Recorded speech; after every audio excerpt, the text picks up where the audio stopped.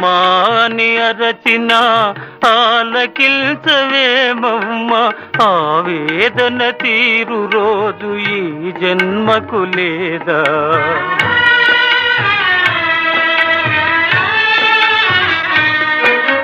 10 నెలలు నన్ను మోసి పాలిచ్చి పెంచి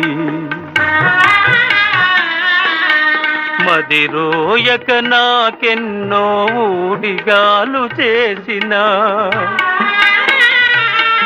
ఓ తల్లి, నిన్ను నలుగురిలో నగుబాటు చేసితి. తలచకమ్మ తనయుని తప్పులు క్షమించవమ్మా, అమ్మా అమ్మా.